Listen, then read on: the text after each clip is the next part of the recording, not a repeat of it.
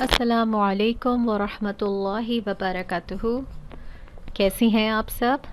اللہ کا نام لے کر ہم اپنی آج کی کلاس کو سٹارٹ کرتے ہیں. اعوذ باللہ من الشیطان الرجیم. بسم اللہ الرحمن الرحیم.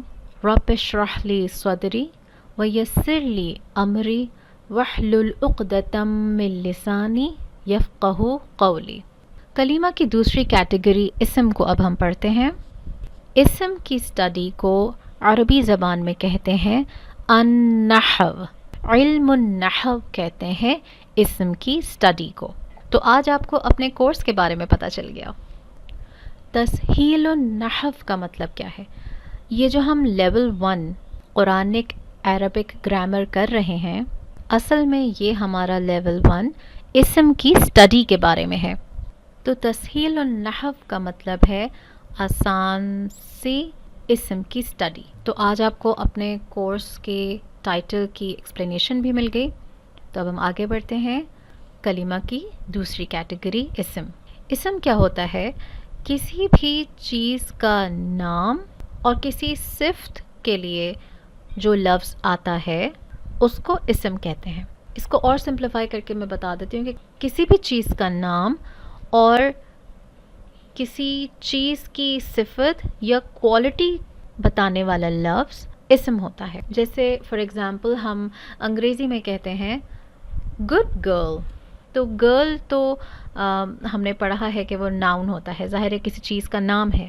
یہ جو ہم نے گڈ کہا، انگلش میں تو ہم اس کو ایڈجیکٹو کہتے ہیں کیونکہ یہ کوالٹی ہو گئی. لیکن ان عربک گرل بھی اسم ہے اور گڈ جو کوالٹی ہے، جو صفت ہے، وہ بھی اسم ہے. یہاں تک بات سمجھ میں آ گئی؟ اب آگے بڑھتے ہیں. اوکے، فی الحال ہم نے ابھی اعراب والا چیپٹر بھی تھوڑا تھوڑا سمجھا ہے نا. تو ہم جب اس کو یہاں پہ پریکٹس کر لیں گے تو اور اچھی طرح سمجھ میں آ جائے گا انشاءاللہ.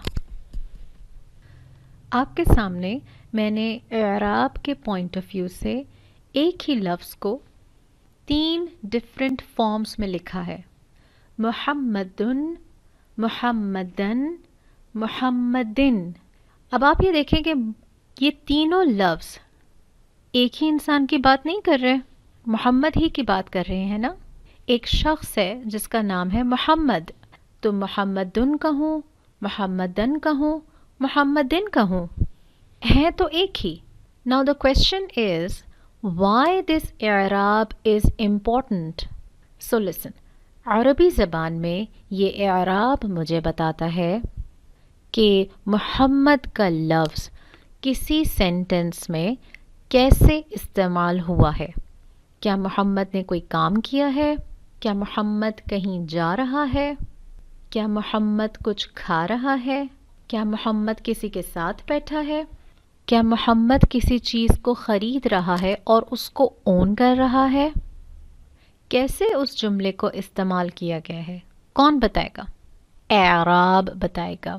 That's why اعراب is very important in نحو. اب یہاں پہ ڈفرینٹ اعراب کے ساتھ ایک ہی لفظ لکھا ہے اور میں آپ سے پوچھوں کیا ان تینوں کا اعراب منون ہے؟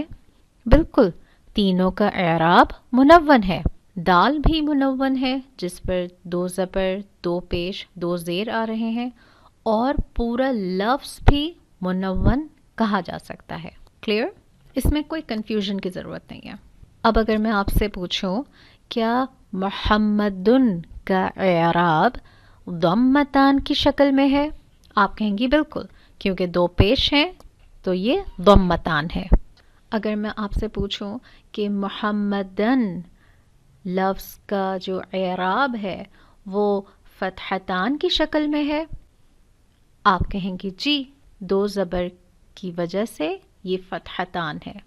اگر میں آپ سے پوچھوں محمدن کا اعراب کسرتان کی شکل میں ہے، آپ کہیں گی جی. تو محمدن کا اعراب ضمتان، محمدن کا اعراب فتحتان، محمدن کا اعراب کسرتان. اب اگر میں آپ سے پوچھوں کیا محمدن پورا لفظ مرفوع ہے؟ آپ کہیں گی جی ہاں یہ لفظ مرفوع ہے. پھر آپ سے پوچھیں کہ محمدن پورا لفظ منصوب ہے؟ بالکل یہ پورا لفظ منصوب ہے. اور کیا محمدن پورا لفظ مجرور ہے؟ بالکل آپ کہیں گی جی ہاں یہ مجرور ہے. اب ہم ایک اور ایگزامپل کر لیتے ہیں. لفظ اللہی اعراب کیا ہے؟ زیر. پورا لفظ مجرور. لفظ اللہو اعراب کیا ہے؟ پیش. پورا لفظ مرفوع. لفظ اللہ اعراب کیا ہے؟ زبر. پورا لفظ منصوب. تو جہاں پہ اعراب زیر ہے اس پورے لفظ کو ہم کہیں گے مجرور. جس لفظ کا اعراب پیش ہے اس پورے لفظ کو ہم کہیں گے مرفوع. جس لفظ کا اعراب زبر ہے اس پورے لفظ کو ہم کہیں گے منصوب. اب جب دو زیر آتا ہے اعراب میں تو ہم کہتے ہیں کسرتان. دو پیش آتے ہیں تو ہم کہتے ہیں ضمتان. اور دو زبر آتے ہیں تو ہم کہتے ہیں فتحتان. اب آج میں آپ کو 3 ٹرمز اور یاد کروا رہی ہوں. یہ بھی آپ کو بائی ہارٹ لرن کرنے ہیں انشاءاللہ. اگر دو زیر کو ہم کسرتان کہتے ہیں تو ایک زیر کو کہتے ہیں کسرہ. اگر دو پیش کو ضمتان کہتے ہیں تو ایک پیش کو ضمہ. اور اگر دو زبر کو فتحتان کہتے ہیں تو ایک زبر کو فتح. فتح. تو ایک زبر کا اعراب ہو یا کسی لفظ میں زبر کسی بھی حرف پر ہو اس کو فتح کہتے ہیں. اسی طرح ضمہ ایک پیش کا اعراب ہو یا وہ پیش اس لفظ میں کہیں بھی آ جائے اس کو ضمہ کہتے ہیں. ایک زیر کا اعراب ہو یا وہ زیر ایک لفظ کے کسی بھی حرف پر آ جائے اس کو کسرہ کہتے ہیں. آج آپ نے صرف یہ یاد کرنا ہے کہ زبر کو کہتے ہیں فتحہ، پیش کو کہتے ہیں ضمہ اور زیر کو کہتے ہیں کسرہ. اگر اعراب دو زبر کا ہو تو آپ اس کو کہیں گے فتحتان. اگر دو پیش کا اعراب ہو تو ضمتان. اگر دو زیر کا اعراب ہو تو کسرتان. تو کسی لفظ کا اعراب کسرہ ہوگا یا کسرتان ہوگا اس پورے لفظ کو ہم کہیں گے مجرور. کسی لفظ کا اعراب ضمہ ہوگا یا ضمتان ہوگا اس پورے لفظ کو ہم کہیں گے مرفوع. کسی لفظ کا اعراب فتحہ ہوگا یا فتحتان ہوگا تو اس پورے لفظ کو ہم کہیں گے منصوب. میں اس کو اور سمپلیفائی کر دیتی ہوں.